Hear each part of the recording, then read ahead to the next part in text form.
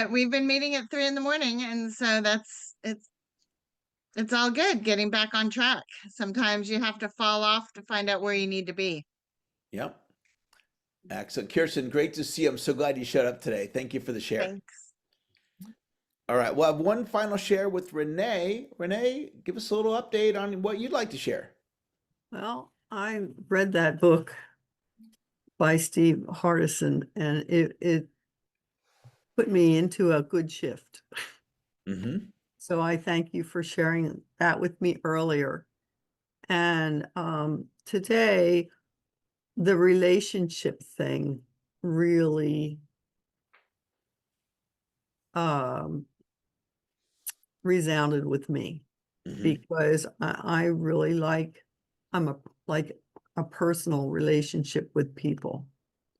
And so I have been having work done.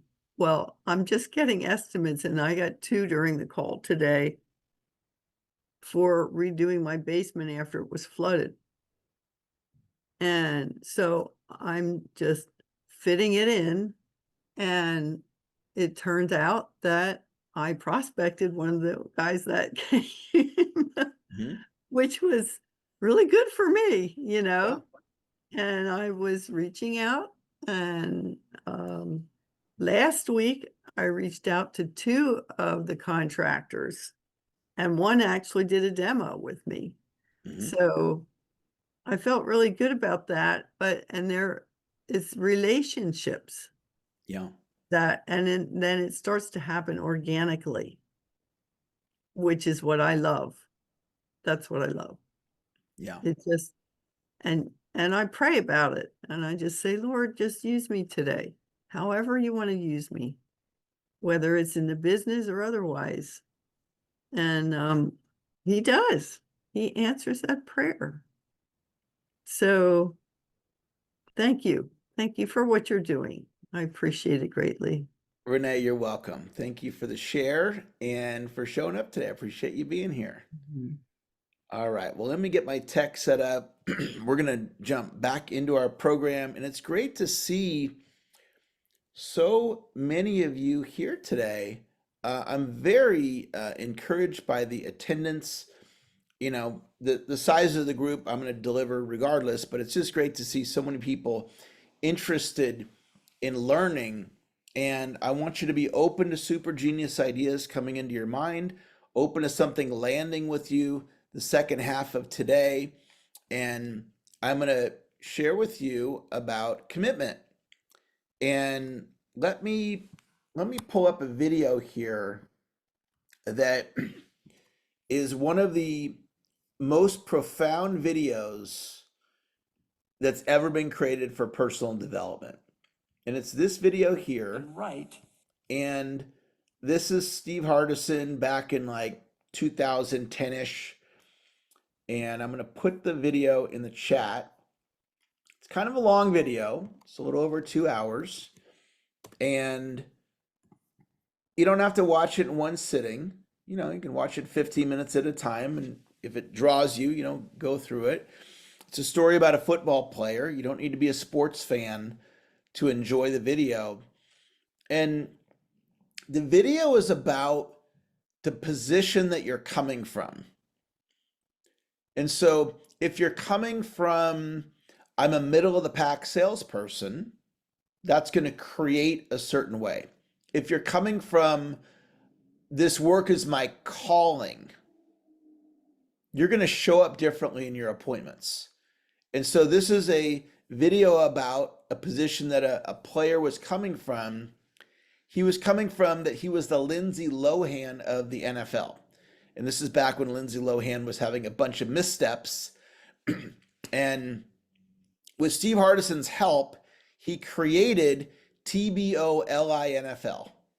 And that's an acronym that stands for the best offensive lineman in the NFL.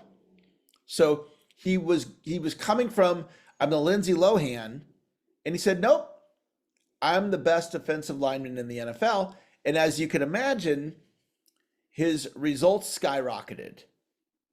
And Steve tells all about that. And the end of the story is that he got a very lucrative contract after he worked with Steve, and it had a weight clause. This particular player, he had a hard time maintaining his weight, and he had to weigh a certain amount to have this $5 million contract be guaranteed, and he missed the weight and avoided the contract, and he left millions, literally millions of dollars on the table, and he stopped being the best offensive lineman in the NFL. So just because he declared it, it doesn't mean that's who you are for the rest of your life. Being is a present moment creation. So how I show up for my wife or kids is a present moment creation. Who I'm being with my stepdaughters, it is my purpose in life, one of them, my purpose to be their stepdad. So that creates a certain way. But that gets created in the present moment. I can declare it's my purpose and then be not so nice to them tomorrow. So I'm no longer being, it's my purpose in life, my purpose to be unconditional love to my stepdaughters. So the being thing is really powerful. You'll enjoy that video. And this is a create revenue now around commitment, being committed. So I shared with you the example of your goal's 5,000 for the month and you do 3,000. Most people are probably going to go, oh, well, didn't happen for me. Maybe next month it'll happen. And this is a story about commitment. So when COVID happened, I, probably like a lot of people, I got very overwhelmed with what was happening in the world. And my gym got shut down, and I stopped my health routine. And I got up to 217 pounds, which is the heaviest I'd ever been. And I hadn't gotten on a scale in like 8 months. And I got on a scale and I looked down and I'm like, holy moly, I can't believe that's where my weight is. And so I decided to start getting my health routine going again. And I set a goal to get to 199. So I'm at 217. I'm highly motivated. I'm exercising. I'm eating better. I'm drinking more water, etc. And I get down to like 204. And then I bounce back up to 208. And so I start yo-yoing between 205 and 212. The goal is 199. I'm 205 to 212, month after month after month. And so after this had been going on for 6 months, I was like, what is going on here? I have a goal, 199. I'm not hitting it. So I'm self-coaching myself. What is happening? And the answer I came up with was I was not committed to 199. And so I started being committed to 199, and in less than a month, I got to 199. So what does that look like? It looks like if I was doing 25 sit-ups, do 50. If I was drinking 4 glasses of water, do 6 glasses of water. If I was doing 3 days at the gym, it's 4 days at the gym. It was just like step up, because what you're doing, Eric, you've got a plan, you got a goal, and it's not getting the results. So step it up, and I did. And so these two photos, this is probably, 5 to 7 pound difference in weight. And anytime you're falling short on what you're wanting to do, check your commitment. And it might be as simple as I just need to be more committed. That's why I was on a call with Mike Irwin this morning at 5:30 in the morning. I was on there because that's my commitment level. I'm not telling you to get up at 5:30. But maybe if you're not hitting your numbers, maybe you need to run some sales calls on Saturday.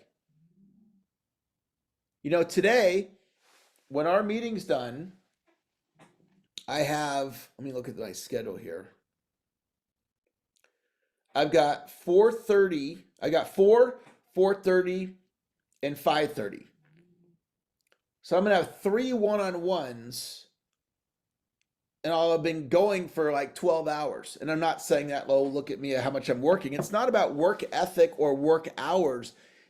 What I'm attempting to train you on is commitment.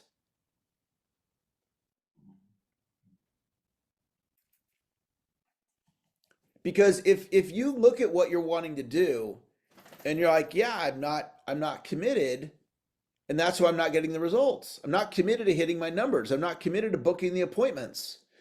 When I was with Tony Robbins, I'll show you what I was up to with him. Run 2, set 1. What that meant was 2 speeches a day, 5 days a week. Set an appointment a day, 5 days a week. So this was 10 speeches per week.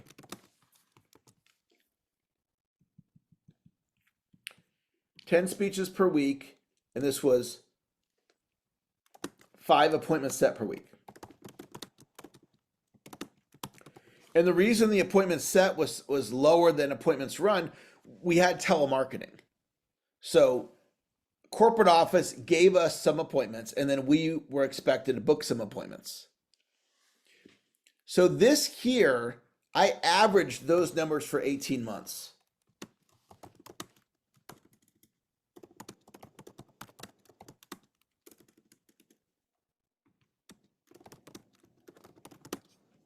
Okay, how did I do it? It really came down to commitment. I was committed to run those numbers. And one of the ways I did it is there was these non-desirable appointments that would produce very little tickets, like Toastmasters. Historically, the Toastmaster appointments weren't very good. And so I would go to my sales team guys, the guys on the team, I go, hey, you got any appointments you don't want to run? Like gyms weren't very good historically. Hey, I'll run your gym appointments. I'll run and why was I doing that? Because I was committed. And I'll tell you one funny story, and I'll just see if what happens when I pull it up on Chat GPT. Sundowner Toastmaster Club, Buford, Georgia. See if it exists anymore.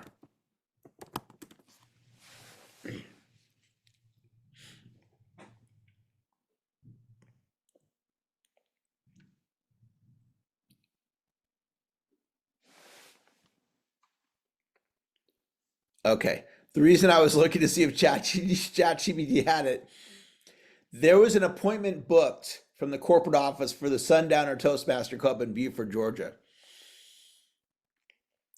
That was Phillips State Prison. It was a Toastmaster inside the prison with the inmates. And Tony Robbins appointment center booked it so he could put it up on the board like, hey, I booked an appointment. But obviously there's no sales opportunity because they're prisoners. So Chuck Hoffner books the appointment. He calls me up and goes, Eric, I got an appointment for you. I go, awesome. You know I'll run anything. What do you got? He goes, Sundowner Toastmaster Club. I went into a maximum security prison and gave this speech. Of course, there was no opportunity for sales because they were prisoners. Why? Because I was committed.